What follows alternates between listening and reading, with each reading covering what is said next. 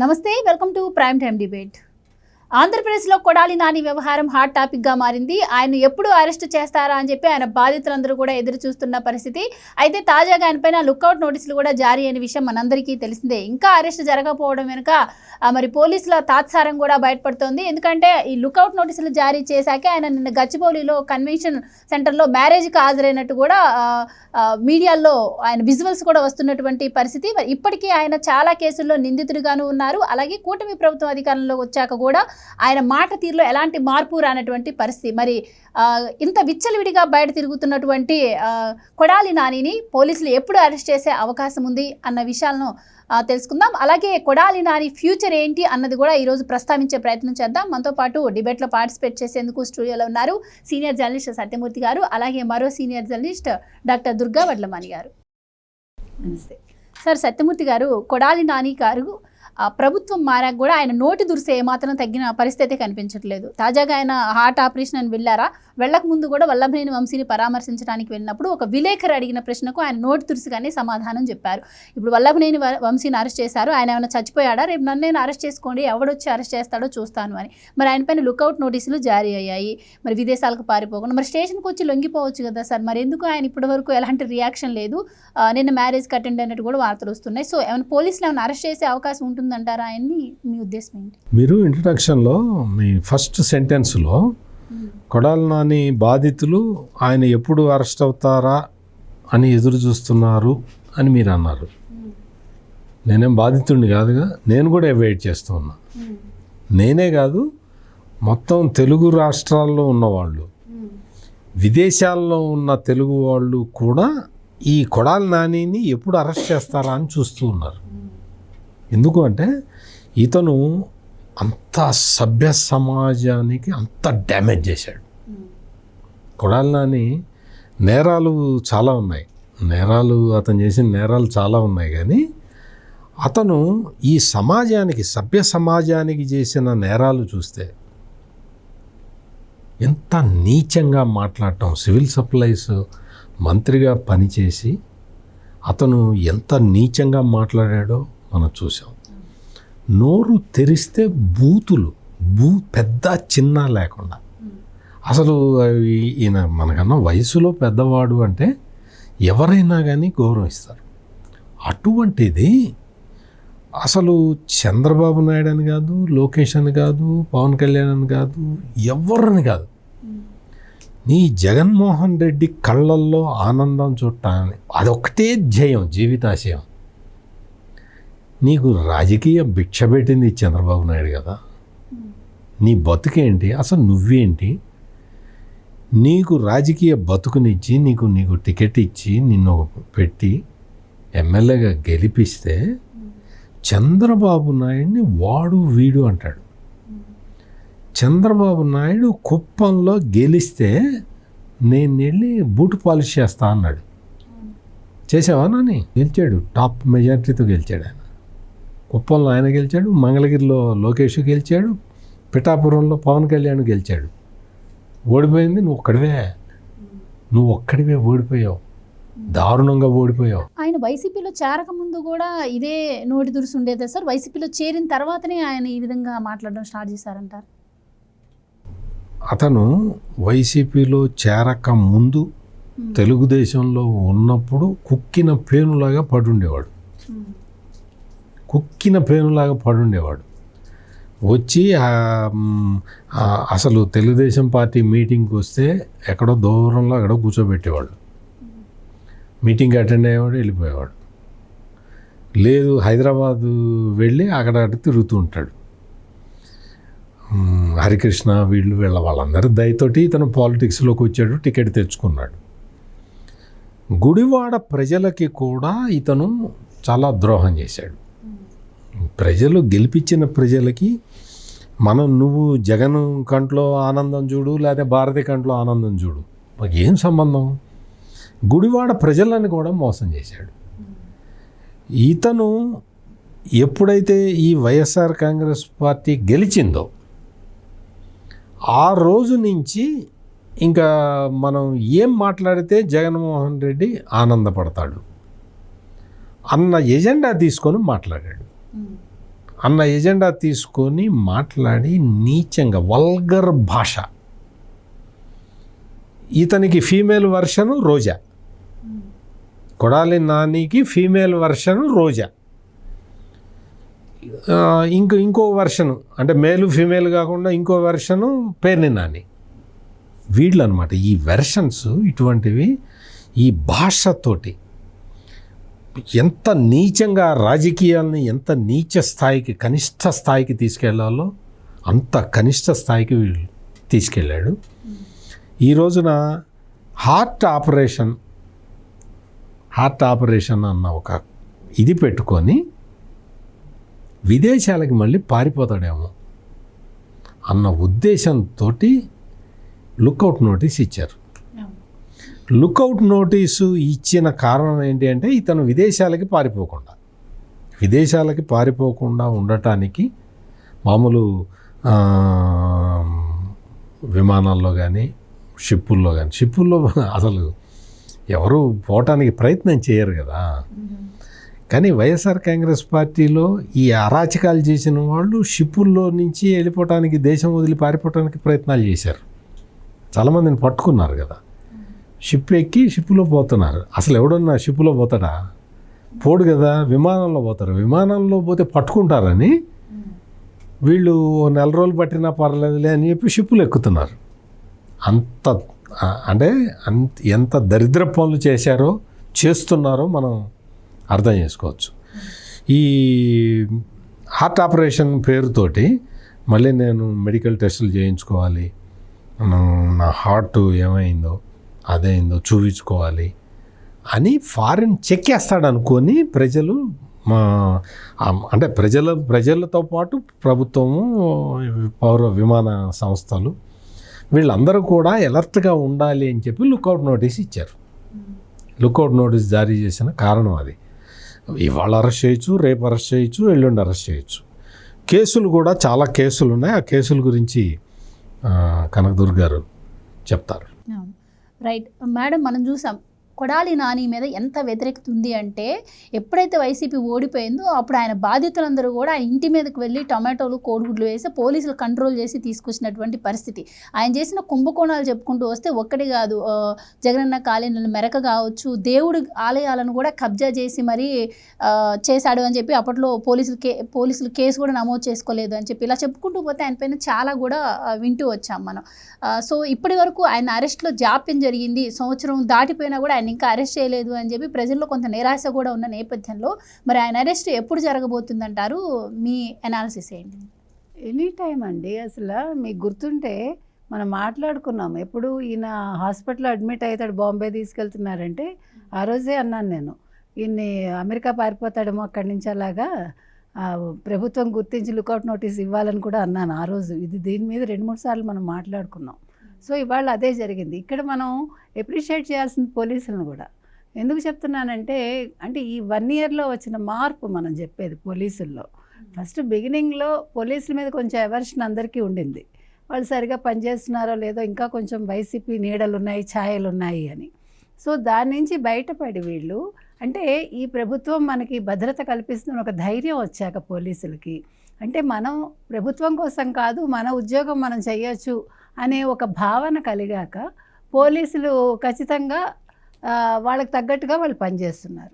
So అందుకని ఇప్పుడు మనం ఎందుకు పోలీసుల గురించి మాట్లాడుకుంటే మొత్తం అసలు ఎన్ని కేసులు ఉన్నాయి, ఇంతవరకు అసలు ఏం కేసులు ఉన్నాయి అనేది మనం ఒకసారి గమనించుకుంటేనండి అసలు మీకే ఆశ్చర్యం వేస్తుంది. ఏంటి అసలు ఇతను ఇన్ని చేశాడా మొత్తం 11 కేసులు ఉన్నాయి అతని మీద. చెప్పాలంటే మీరు నమ్మలేనన్ని కేసులు ఉన్నాయి ఆయన మీద. ఒక్కొక్కటి మనం చూసుకుంటూ వద్దాం. సో ముందు కేసుల గురించి చెప్పుకున్నాక మనం మిగతా మాట్లాడదాం. సో ఇప్పటికే చాలా కేసులు, మొత్తం 11 కేసులు టోటల్గా మనకు వస్తాయి. ఒకటి మోషే కేసు, తర్వాత వాలంటీర్లతో బలవంతంగా రాజీనామా చేయించటం, అది ముఖ్యం.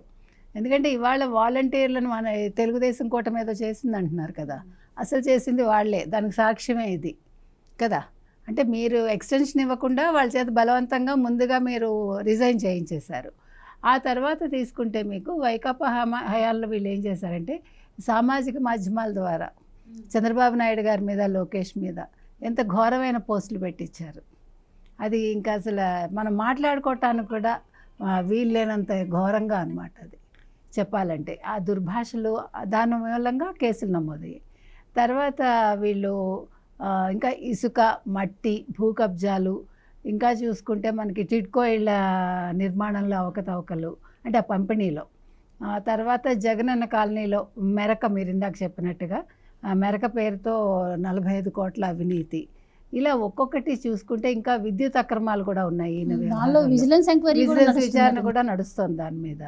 తర్వాత అదే మనకి 2022లో నిబంధనలకు విరుద్ధంగా క్యాసినో ఆయన నడిపాడు. దాని మీద అబద్ధాలు చెప్పి ఎన్ని రకాల అబద్ధాలు చెప్పాడండి. క్యాసినో నడపలేదు మేము గుడివాడలో అని చెప్పి ఆ గోవా నుంచి అందరినీ తీసుకొచ్చి ఎన్ని లక్షలు ఖర్చు పెట్టి దాని మీద కోట్లు సారీ అలవాట్లో పొరపాటు కోట్లు మాట్లాడుకోవాలి, ఐఎమ్ సారీ, కరెక్ట్, అది చేశారు. ఆ తర్వాత ఇప్పుడు లేటెస్ట్గా మీకు ఈ మద్యం గోదాం ఖాళీ చేయించడం ఎక్కడ గుడివాడ దగ్గరే అనుకుంటుంది. అప్పుడు దాంట్లో కూడా ఒక కేసు అయింది ఇప్పటికే. అంటే దాని మీదే చాలామంది ఈయన మీద కేసు పెట్టారు, బలవంతంగా మా చేత చేయించాడని.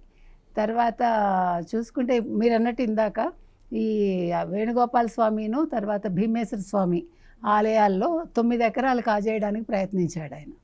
ఆ కాజేయడానికి ప్రయత్నించినప్పుడు కేసు నమోదు అవ్వలేదు కానీ మొత్తం ఫైల్సే మాయమైపోయాయి, ఆ కాగితాలు మాయమైపోయాయి. సో ఇట్లా మీరు చూసుకుంటే 11 కేసులు ఉన్నాయి ఏకంగా. మరి ఇన్ని కేసులు ఉన్నప్పుడు లుకౌట్ నోటీసులు ఇవ్వక ఏం చేస్తారండి? ఇప్పుడు అమెరికా వెళ్ళిపోయి అంటే ఆయనకి ఆపరేషన్ అయిపోయి హైదరాబాద్ వచ్చేసాక మళ్ళా నాకేదో బాగలేదు అన్నట్టుగా ఒక ఏమనాలి సీన్ క్రియేట్ చేసి మరి బాగోలేని వాడు నిన్న శుభ్రంగా పెళ్ళికి ఏదో అటెండ్ అయ్యాడు కదా. కాబట్టి పోలీసులు నిన్న వెళ్ళారని మనకు తెలుస్తుంది, అక్కడికి ఈవెన్ కన్వెన్షన్ హాల్కి కూడా వెళ్ళారన్నట్టుగా వచ్చింది వార్త, మనకు తెలియదు. సో మనకి మరి నిన్న ఏం జరిగింది, నోటీసులు ఏమైనా ఇచ్చారా వ్యక్తిగతంగా అనేది సరిగా అంటే న్యూస్ అయితే బయటకు సరిగా రాలేదు కానీ జరగడం నిజమైతే ఏ క్షణమైనా అరెస్ట్ మనం వినొచ్చు. ఖచ్చితంగా మీకు ఇవాళ జరగచ్చు, రేపు జరగచ్చు, ఎల్లుండి ఇందాక వారు చెప్పినట్టుగా ఎనీ మూమెంట్ జరగచ్చు. ఇంకొకటండి, అసలు అమెరికా వెళ్ళి టెస్టులు చేయించుకోవటం ఎందుకు? ఇప్పుడు బెస్ట్ హాస్పిటల్ బాంబే అని వెళ్ళారు అతను. బెస్ట్ హాస్పిటల్స్ హైదరాబాద్లో లేవా? అసలు అమెరికాలోనే లేవు. ఇవాళ అమెరికాలో నీకు అపాయింట్మెంట్ ఎక్కడ దొరుకుతుంది కదా? మీకు అపాయింట్మెంట్లు దొరకాలంటే ఆంధ్రప్రదేశ్ ఆర్ హైదరాబాద్ని మించిన రాష్ట్రాలు లేవు. మీకు తెలుసా, మీకు ఇవాళ ఇక్కడ ఎల్వి ప్రసాద్ అంటే ఊరికి ఉదాహరణకు చెప్తున్నా, మీకు ఈశాన్య రాష్ట్రాల నుంచి వస్తారు, ఈవెన్ బెంగాలీస్ అందరూ ఇక్కడికే వస్తారు. ఎందుకు వస్తున్నారు? బెస్ట్ డాక్టర్స్ ఉన్నారని. మనకు అందుకని ఇదొక వంక అనమాట. అంటే ఈ వంకను వెళ్ళిపోతే అమెరికా ఇంక వెనక్కి రావక్కర్లేదు కదా, మళ్ళీ ఆయన రావడానికి టైం పడుతుంది. ఈలోగా రాజవడం మంత్రి అవడం. అందుకని ఎవరు కొడాలి నాని అరెస్ట్ గురించి ఇందాక సత్యమూర్తి గారు చెప్పినట్టు బాధితులే కాదు, బాధితులు కాని వాళ్ళు కూడా ఎదురు చూస్తున్నారు ఎప్పుడు జరుగుతుందా ఈయన అరెస్ట్ అని. అందులో అసలు అతను మాట్లాడిన మాటలు, ఇంకొకటి ఇందాక మీరు ఒక ప్రశ్న అడిగారు, అసలు కొడాలి నాని మంచివాడా చెడ్డవాడా అని. అసలు కొడాలి నాని ఫస్ట్ అతన్ని తయారు చేసిందే హరికృష్ణ. ఎన్టీ రామారావు గారి దగ్గర తీసుకెళ్తే ఆయన చెప్పారట, ఇతను పనికొచ్చేలా ఉన్నాడు, కొంచెం ఇతని రఫ్ లుక్ తీసుకురా అంటే నిజంగా అతను చాలా సన్నగా మామూలుగా ఉన్నట్ట కొడాలి నాని.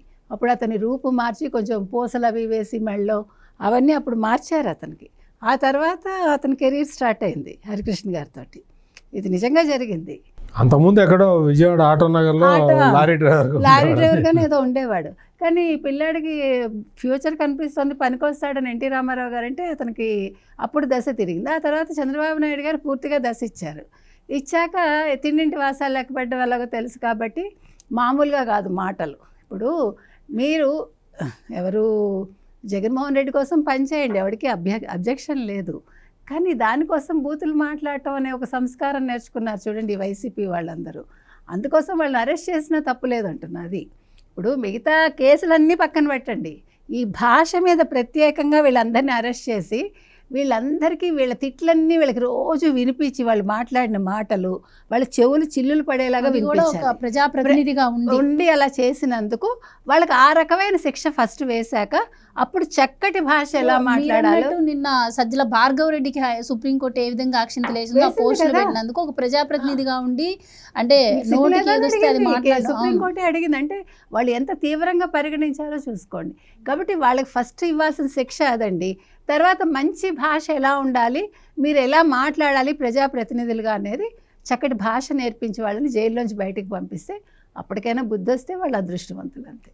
అయితే సార్ నిజంగానే మనందరం చర్చించుకుంటున్నట్టు కొడాలి నాని భయపడుతున్నారంటారా? ఎందుకు అంటే ప్రభుత్వం మారాక కూడా మనం చూసాం, జగన్మోహన్ రెడ్డి తాడేపల్లి ప్యాలెస్లో గవర్నమెంట్కి సంబంధించిన ఫర్నిచర్ ఉంది అంటే బయటకు వచ్చి ఆయన అసలు మీ ఫర్నిచర్ అంతా మీరంతా మా జగన్కి లెక్క కూడా కాదు, తీసుకెళ్ళిపోండి అని చెప్పి మీలాగా డబ్బులు పడేస్తామని వ్యాఖ్యలు చేశారు. మొన్న ఈ మధ్య ఇందాక నేనంటూ వల్లభనేని వంశీ అరెస్ట్ టైంలో కూడా ఆయన అదే విధంగా మాట్లాడటం జరిగింది. సో మరి ఆయన ఎందుకు ఓడిపోయారు అని సమీక్షించుకోకపోగా ఆయనలో మార్పు ఏం వచ్చినట్టు కనిపించట్లేదు.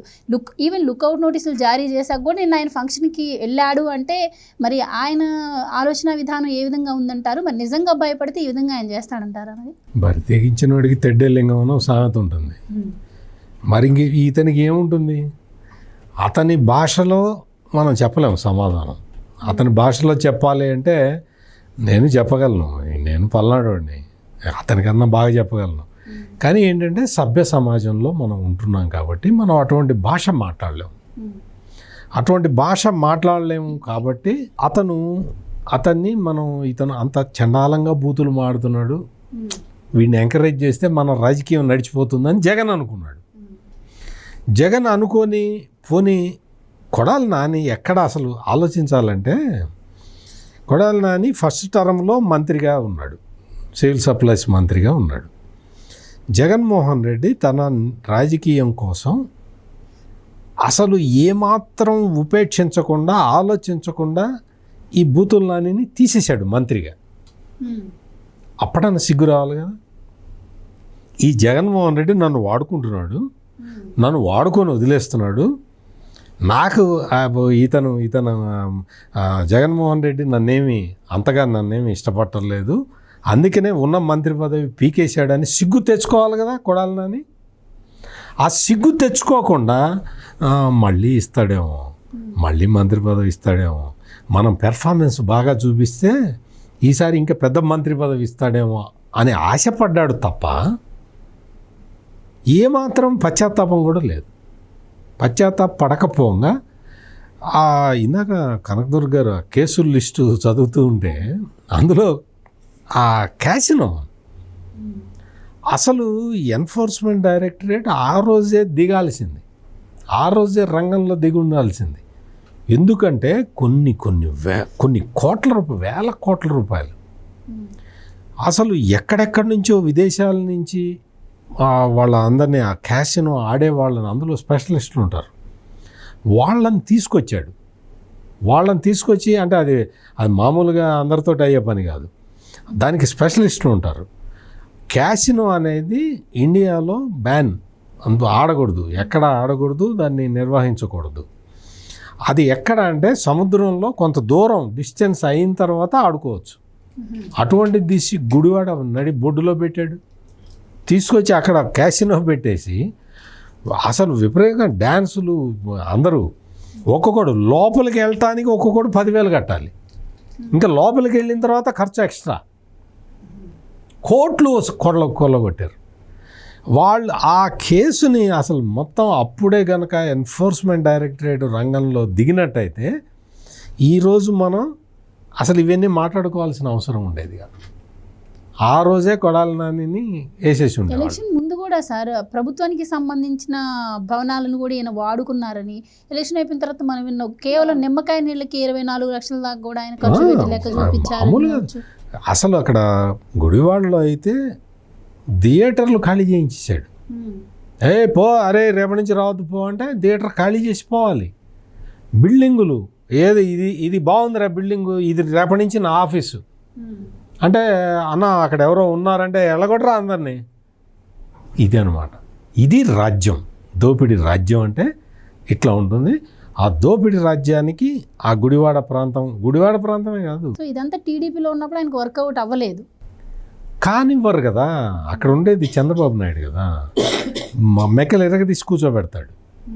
నువ్వు అందుకనే చంద్రబాబు నాయుడు మీద అంత కసి. ఎందుకంటే ఈ కొడాలి నానికి నేను ఎప్పుడో ఎమ్మెల్యే అయ్యా కదా, ఈ పాటికి 1 లక్ష కోట్లు సంపాదించాలి కదా, దానికి తెలుగుదేశం అడ్డం పడ్డది, చంద్రబాబు నాయుడు అడ్డం పడ్డాడు, లోకేష్ అడ్డం పడ్డాడు. అంటే నా అక్రమ సంపాదనకి వీళ్ళు అడ్డం పడ్డారు. నాకు జగన్మోహన్ రెడ్డి చూడు, దోచిన దాంట్లో వాటా ఇస్తే చాలు, ఎంతన్నా దోచుకోవచ్చు అన్న ఉద్దేశంలోకి వచ్చాడు. వచ్చేసి నువ్వు క్యాసినో పెట్టుకో, నువ్వు ఆ భూముల దేవాలయ భూములు ఆక్రమిస్తావా, ఆక్రమించు చెప్పాడు కదా ఒకసారి. ఏముంది ఆంజనేయ స్వామి చెయ్యి ఇరిగితే ఆయనకి ఏమన్నా నొప్పి పుట్టిందా?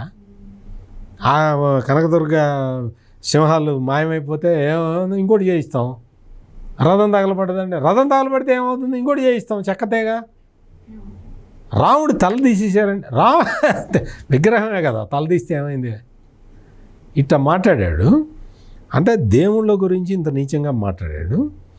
పోనీ మనుషుల గురించి, తనకి రాజకీయ జన్మనిచ్చిన చంద్రబాబు గురించి కూడా అదే మాట్లాడాడు. చంద్రబాబుని అసలు చంద్రబాబు నాయుడిని వేసేసిన తర్వాత లోకేష్ వచ్చి ఏం బిగుతాడు, ఇది అనమాట. అంటే చాలా మాటలు నేను కట్ చేశాను. నేను చాలా చండాలం మనం మాట్లాడలేం కదా. మాట్లాడకుండా చంద్రబాబు నాయుడు గుండెకాయ బాగలేదుట అని వల్గర్ భాష. ఇప్పుడు ఎగ్జాక్ట్లీ చంద్రబాబు గుండెకాయ బాగలేదని నువ్వు అప్లై చేసుకుంటావా? చిచిచి అన్నావు. నీ గుండె ఏమైంది? ఒళ్ళు దగ్గర పెట్టుకొని అయితే సార్, ఇప్పుడు ఈ ప్రజాప్రతినిధులుగా ఉన్నటువంటి వాళ్ళు, కొంతమంది సెలబ్రిటీలు, వాళ్ళు మాట్లాడే మాటలు ఇవి ప్రజల మీద ప్రభావం చూపిస్తాయి అంటారు కదా. మరి ఇలా ఈయన మీద ఏమైనా కేసు ఫైల్ చేసి ఈ విషయంలో కొత్త కేసు ఏమైనా ఫైల్ అయ్యే అవకాశం చేయొచ్చు అంటారా? ఆల్రెడీ చేశారు. విశాఖపట్నంలో ఒక అమ్మాయి ఇతని మీద కేసు పెట్టింది. చంద్రబాబు నాయుడిని, లోకేష్ని, పవన్ కళ్యాణ్ని ఇంత నీచంగా మాట్లాడాడని చెప్పి ఒక అమ్మాయి కేసు పెట్టింది వైజాగ్లో. అది కూడా ఉంది, అది కూడా వస్తుంది. అంటే ఇతను మాట్లాడతాడు, అవన్నీ తీసి కట్ చేసి జగన్మోహన్ రెడ్డి వీటిని ప్రచారం చేస్తాడు. సోషల్ మీడియా ద్వారా అవన్నీ ప్రచారం చేస్తాడు. ప్రచారం చేస్తే ప్రజలు ఏం చేశారు?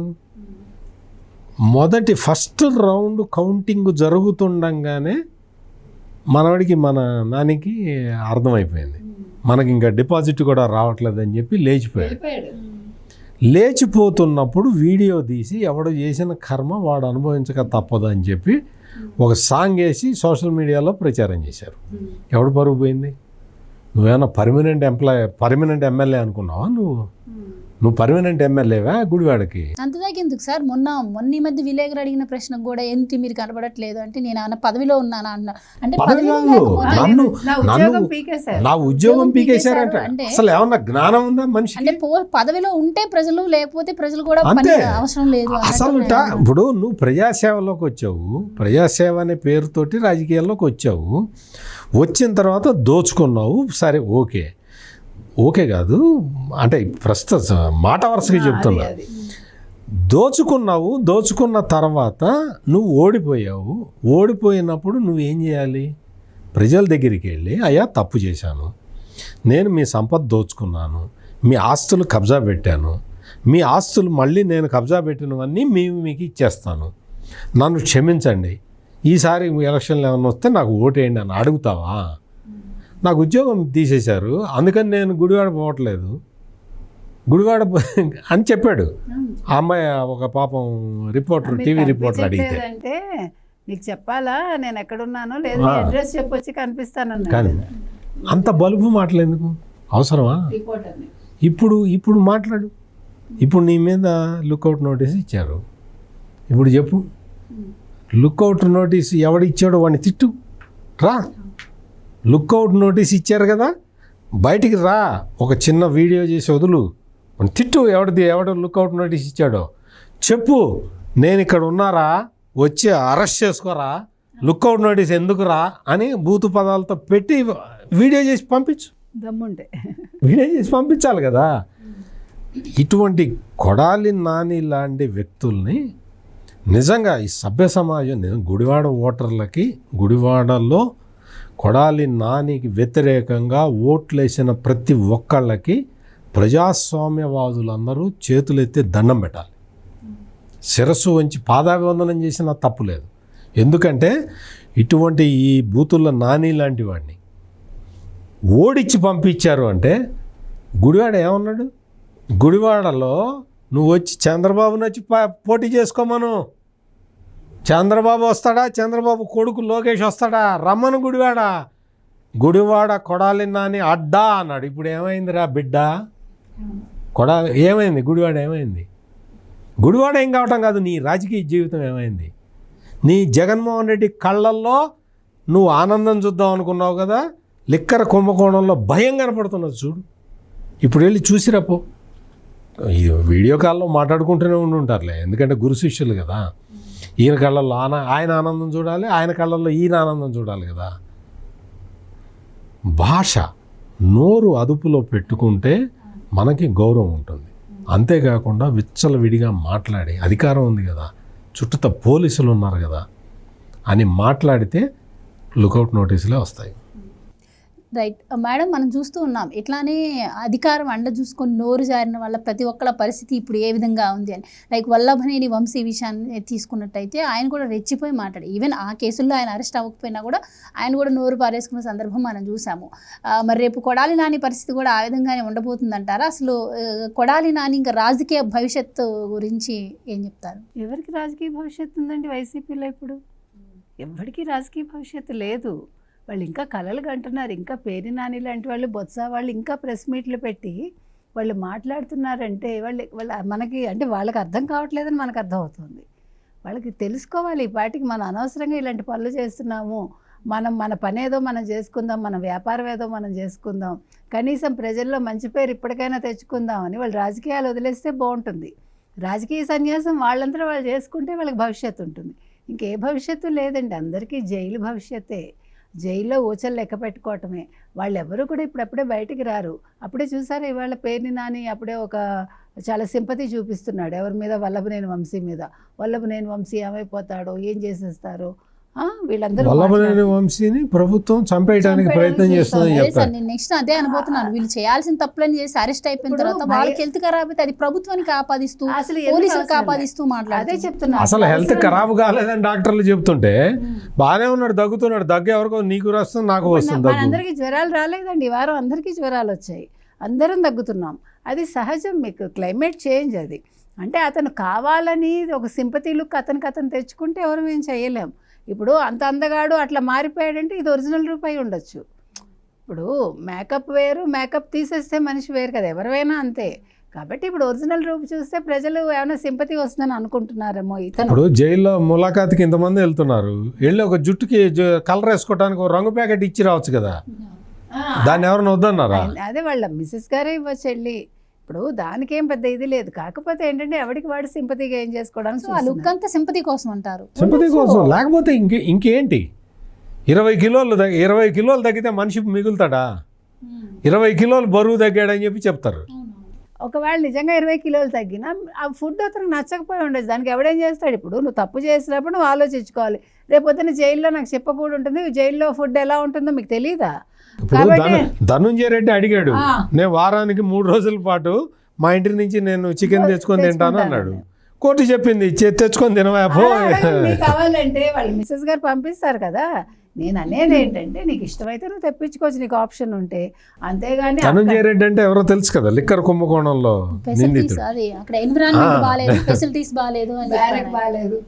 కాబట్టి వీళ్ళందరూ కూడా ఇవన్నీ కూడా సింపతి గెయినింగ్ అండి. ప్లస్ అసలు మిగతా వాళ్ళు కూడా కొంచెం జాగ్రత్త పడమని చెప్తున్నాం వైసీపీ వాళ్ళకి. ఇంకా ఏ భవిష్యత్తు లేదు, ఒకటే భవిష్యత్తు అందరికీ, జైలు భవిష్యత్తు. కాబట్టి ఇప్పుడు జగన్మోహన్ రెడ్డి గారు భయపడి ఆయన ప్రెస్ మీట్లు పెడుతున్నారు. ఈ వీళ్ళ కోసం వీళ్ళందరూ ఎందుకో పాప నెత్తిన భుజాల మీద వేసుకొని ఇంకా వీళ్ళందరూ ప్రెస్ మీట్లు పెడుతున్నారు. సరే ఏది ఎలా ఉన్నా వల్లభనేని వంశీ లాగానే నెక్స్ట్ కొడాలి నాని. మరి పక్కనే ఇస్తారా, ఫ్రెండ్ కాబట్టి దూరంగా ఇస్తారా జైలు గది అనేది మనకు తెలియదు. అంటే వంశీ అడిగాడు కదా, వాళ్ళందరినీ ఒకే చోట నా దగ్గరే పెట్టండి చుట్టూ అని ఆ రోజు అడిగాడు, నేను ఒక్కడనే ఉన్నాను అని. కాబట్టి మరి కొడాలి నాని ఏమన్నా అంటే స్నేహితుడు కాబట్టి పక్క రూమ్ ఏమైనా అలాట్ చేస్తారనేది మనం వెయిట్ చూస్తాం. జగన్మోహన్ రెడ్డి ఒక లెటర్ రాయొచ్చు, జగన్మోహన్ రెడ్డి ఒక లెటర్ రాస్తే ఇంకా బాగుంటుంది. ఇంకా అది వల్లభనేని వంశీ బ్యారాక్లోనే కొడాలి నానిని కూడా పెట్టండి, ఇద్దరు ఫ్రెండ్స్ కదా, వాళ్ళిద్దరు చక్కగా కూర్చొని పేకాడుకుంటుంటారు టైంపాస్కి అని ఏదన్నా జగన్మోహన్ రెడ్డి లెటర్ రాస్తే అది ఇంకా కొంచెం బెటర్గా ఉంటుంది. పార్టీలోకి తీసుకొచ్చింది కొడాలి నాని గారే అని ఒక టాక్ ఉంది అవును, బయట. టాకేం కాదు, నిజమే అది. అండ్ ఇంకోటి ఏంటంటే ఇటు రేషన్ మాఫియా దానిలో కూడా కొడాలి నాని గారి పేరు వినిపించింది. సో ఒకదాని తర్వాత ఒకటి ఇప్పట్లో బయటకు వచ్చే ఛాన్స్ కూడా లేదంటారా? అంటే ఇంకా అరెస్ట్ కాలేదు. అరెస్ట్ అయితే మీరు చెప్పిందే జరుగుతుంది. ఇప్పుడు ఇసుక మీద కూడా సిట్ వేశారు కదా, ఇసుక మీద సిట్ వేశారు. ఆ కేసు కూడా ఉంటుంది ఇతని మీద. మట్టి కూడా మట్టి మట్టి మట్టి ఎవడన్నా అమ్ముకుంటాడమ్మా? ఎవడన్నా మట్టి అమ్ముకుంటాడా? వీళ్ళందరూ అదే పని చేశారు. అందుకని ఇక్కడ ఏంటంటే వీళ్ళ మీద ఒక కేసు కాదు, వీళ్ళందరూ వచ్చి మెడలో నేను రుద్రాక్షలు వేసుకుంటా, అది వేసుకుంటా అని చూపిస్తాడు ఈ కొడాలి వెంకటేశ్వరరావు. కొడాలి వెంకటేశ్వరరావు అంటే కొడాలి నాని. నేను ఇవి వేసుకున్నా అవి వేసుకున్నా అని చూపిస్తాడు. అవన్నీ వేసుకొని దేవాలయ భూములు ఆక్యుపై చేయొచ్చా? ఇవన్నీ వేసుకున్నావు కాబట్టి టెంపుల్ ల్యాండ్స్ ఆక్యుపై చేయొచ్చా? వీళ్ళు చెప్పేది ఒకటి చేసేది ఒకటి. వీళ్ళకి అసలు మొత్తం భాషల్లోనే అంత విపరీతమైన అగ్రెసివ్నెస్ ఉంటే మనుషులు ఎట్లా ఉంటారు ఇంకా మీరు ఆలోచించండి. ఒక్కొక్కరికి ఒక్కొక్క స్కామ్ కూడా కాదు సార్, ఒక్కొక్కరి మీద ఒక 10 స్కామ్ల వరకు వస్తున్నాయి. ఒకసారి అరెస్ట్ అయితే వరుస పెట్టి అందరూ కూడా కేసులు పెడుతున్నటువంటి పరిస్థితి. అప్పటి వరకు భయపడ్డ వాళ్ళు కూడా వస్తే కేసులు పెడుతుంటే, కానీ వైసీపీ వాళ్ళు ఏ విధంగా ప్రొటెక్ట్ చేస్తున్నారంటే కావాలని చెప్పి వరుస అంటే బయటికి రానికుండా వరుస కేసులు పెట్టి కావాలని లోపల ఉంచుతున్నారు, ఇబ్బంది పెడుతున్నారు, లోపల టార్చర్ చేస్తున్నారు, పోలీసులే టీడీపీ గూండాలాగా ప్రవర్తిస్తున్నారు, ఈ విధంగా ప్రొజెక్ట్ చేస్తున్నారు ప్రజలకి. పోలీసులు వాళ్ళు చట్టబద్ధంగా ప్రవర్తిస్తున్నారు ఉన్నారు. లేకపోతే ఈ జగన్మోహన్ రెడ్డి దగ్గర పనిచేసిన వీళ్ళందరూ కూడా సుప్రీంకోర్టు దాకా వెళ్ళే అవకాశం ఇస్తారా? ఇవ్వరు కదా. జనరల్గా జగన్మోహన్ రెడ్డి టైంలో ఆయన పిఎస్ఆర్ ఆంజనేయుల్ని పెట్టుకొని అందరినీ లాక్కొచ్చి వేశారు కదా. మరి అట్లా చేస్తున్నారా ఇప్పుడు పోలీసులు? పిఎస్ఆర్ ఆంజనేయులు చాలా అమాయకుడు అని ఏదో చెప్తున్నారు కదా. మరి పిఎస్ఆర్ ఆంజనేయులకి బెయిల్ రావట్లేదేంటి? ఎందుకు రావట్లేదు? వల్లభనేని వంశీకి బెయిల్ రావట్లేదు, ఎందుకు రావట్లేదు? అంటే రిమాండ్కి ఇచ్చేది చంద్రబాబు నాయుడా? రిమాండ్ ఇచ్చేది జడ్జి కదా. ఆ జడ్జి కన్విన్స్ కావాలి కదా. ఆ జడ్జి కన్విన్స్ అయితే రిమాండ్ ఏంటంటే ఆయన చూసుకుంటాడు కదా, మొత్తం కేసు మొత్తం చూస్తాడు కదా. ఆమె జడ్జి కేసు మొత్తం పరిశీలించి రిమాండ్కి పంపించండి అంటారు. సరే, కొడాలి నాని గారు కూడా ఏమైనా ముందస్తు బెయిల్కి వెళ్ళే ఛాన్స్ ఉంటుందంటారా? ఈ కేసుల్లో ఆస్కారం ఏం లేదంటారా? అంటే ఇప్పుడు ముందస్తు బెయిల్కి వెళ్ళటం అనేది ఎవరికైనా హక్కు, అది వెళ్ళొచ్చు. కానీ అక్కడికి వెళ్ళిన తర్వాత నువ్వు సుప్రీంకోర్టు దాకా వెళ్ళినా కానీ మనం ఎన్ని కేసులు చెప్పమంటే చూసి, ఇప్పుడు మా కాకాని గోవర్ధన్ రెడ్డి దగ్గర నుంచి ఈ ధనంజయ రెడ్డి, కృష్ణమోహన్ రెడ్డి, కేశిరెడ్డి, రాజు, వీళ్ళందరూ సుప్రీంకోర్టు దాకా వెళ్ళారు కదా. ఏం జరిగింది? సుప్రీంకోర్టులో మొన్న ఒక రిటైర్ అయిపోయిన ఒక జస్టిస్ ఆయన చెప్తున్నాడు, ఆంధ్రప్రదేశ్ నుంచి నన్ను కచ్చగట్టి మధ్యప్రదేశ్ పంపించాడు ఈ జగన్మోహన్ రెడ్డి పేరు చెప్పలేదు కానీ ఆంధ్రప్రదేశ్ నుంచి మధ్యప్రదేశ్ పంపించారు. ఆయన వైఫ్కి బాగాలేదట. నేను లేదండి, నేను ఆమె దగ్గరుండి చూసుకోవాలి అని ఆయన అడిగితే ఇంకా దూరం పంపించారు. అంటే ఆయన కొన్ని తీర్పులు ఇచ్చాడు ఈ జగన్మోహన్ రెడ్డికి వ్యతిరేకంగా. ఎంత వ్యవస్థల్ని ఎంత నాశనం చేశారు, ఎంత వాడుకున్నారు. ఎవరన్నా జడ్జి వ్యతిరేకంగా తీర్పు ఇస్తే ఆ జడ్జి మీద ఎట్లా పోస్టులు పెట్టారు, సోషల్ మీడియాలో పోస్టులు పెట్టడమే కాకుండా ఎన్ని అరాచకాలు చేశారు. జడ్జీలని బెదిరించారు, జడ్జీలని చంపుతామని హెచ్చరించారు, అడ్వకేట్లని బెదిరించారు, అడ్వకేట్ల మీద ప్రెషర్ తీసుకొచ్చారు, ఒత్తిడి తీసుకొచ్చి వాళ్ళు పని చేయకుండా చేశారు. మొన్న చెప్తుంది జనసేన నాయకురాలు, ఈ ధనంజయ రెడ్డి ఆమెను పిలిచి ఎట్లా వేధించాడో, టార్చర్, ఆమె ఒక అడ్వకేట్ అనమాట, ఆమెను తీసుకొచ్చి ఎట్లా బెదిరించాడు అనేది ఆమె చెప్తూ ఉన్నది. అంటే ఎంత దారుణంగా అడ్వకేట్లను కూడా బెదిరించారు వీళ్ళు. ఎవరన్నా కేసు టేకప్ చేస్తానంటే కేసు టేకప్ చేయకుండా బెదిరిస్తున్నారు. రజనీ గారు జనసేన లీడర్. అంటే వీళ్ళు ఎన్ని దాష్టికాలకి పాల్పడ్డారు. ఏదన్నా మామూలుగా వచ్చి మాట్లాడితే వాళ్ళని బూతులు తిట్టడం, ఈ కొడాలి నాని అరెస్ట్ కోసం మొత్తం ప్రపంచంలో ఉన్న తెలుగు వాళ్ళందరూ వెయిట్ చేస్తూ ఉన్నారు. ఎప్పుడు అరెస్ట్ చేస్తారు. నిజంగా ఒక దశలో అయితే కూటమి ప్రభుత్వాన్ని తెలుగుదేశం పార్టీ కార్యకర్తలే విమర్శించడం మొదలుపెట్టారు. కొడాలి నాని ఏమయ్యాడు, ఎందుకు అరెస్ట్ చేయట్లేదని. అందుకని అంటే అంత యాంగర్ ఉంది ప్రజల్లో, అంత ఆగ్రహావేశాలు, కోపం ఉన్నది. వీళ్ళందరూ కూడా ఈ దుష్ట సంప్రదాయాన్ని పాటించిన వీళ్ళని శిక్షించకపోతే అసలు ఇంకా ఈ సభ్య సమాజంలో మనలాంటి వాళ్ళం బతకలేము.